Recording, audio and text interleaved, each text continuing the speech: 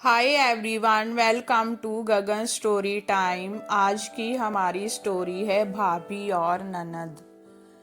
जीजी, आप भी जेठ जिठानी जी के घर शादी में मत जाइएगा। अंजलि अपनी ननद सीमा से बोली। क्यों भाभी? सीमा ने आश्चर्य से पूछा। बड़ी भाभी तो रोज जल्दी आने के लिए फोन कर रही है, लेकिन हम लोग नहीं जा रहे हैं और आप भी मत जाइएगा। अंजलि अनमने भाव से बोली। ऐसा क्यों भाभी? सीमा को कुछ समझ में नहीं आ रहा था। जीजी, आप शायद भूल गई, लेकिन हम लोग नहीं भूले। पिछली बार बड़े बेटे विकास की शादी में भैया कितना ज्यादा गुस्सा हुए थे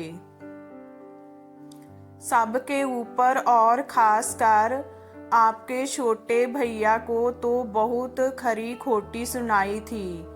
अंजलि के शब्दों में बहुत ज्यादा गुस्सा झलक रहा था। भाभी, आप अभी तक उस बात को गांठ में बांध कर बैठी है, और फिर गलती हम लोगों की थी। छोटे भैया ने विकास के ससुराल वालों की बेइज्जती करने में कोई कसर नहीं रखी। अच्छा हुआ कि उस समय बड़े भैया ने आकर बात संभाल ली, वरना बेटी वालों के सामने आखिर हम लोगों की क्या इज्जत रह जाती। लेकिन जीजी, भैया को इतना तो ध्यान रखना ही चाहिए था कि राना उनके छोटे भाई है।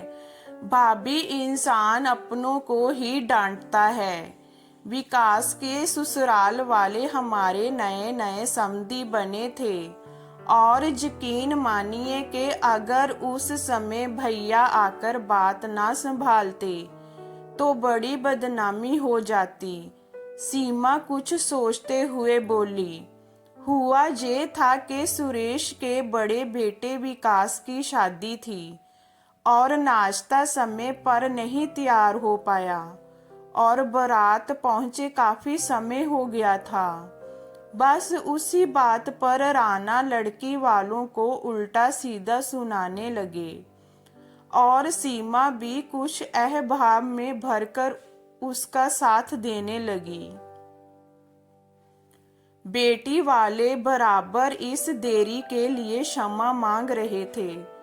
शोर शराबा सुनकर सुरेश वहां पर आ गए, और राना के साथ साथ सीमा को भी डांट दिया कि क्या लड़के वाले हो तो कुछ भी बोलोगे।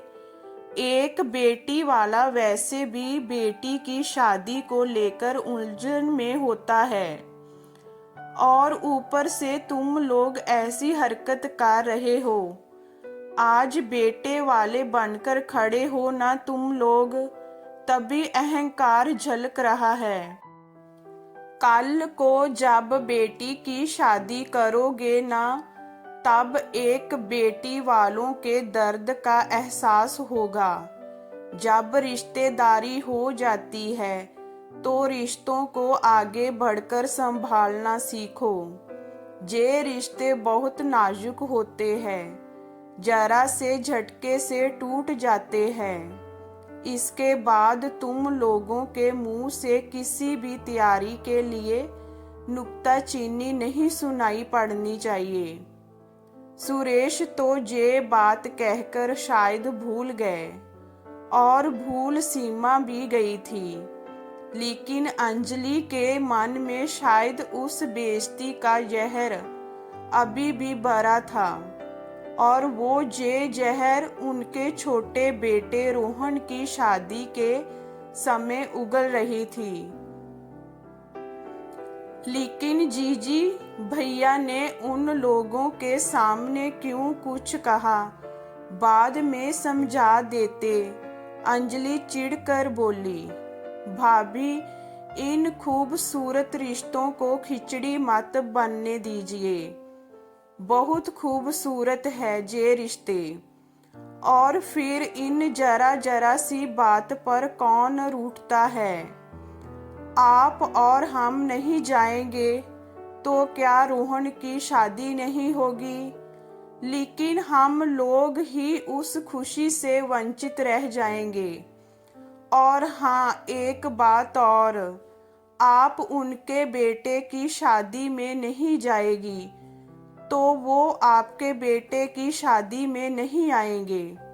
इस तरह से तो दरार बढ़ती चली जाएगी। दरार को भरने की कोशिश कीजिए।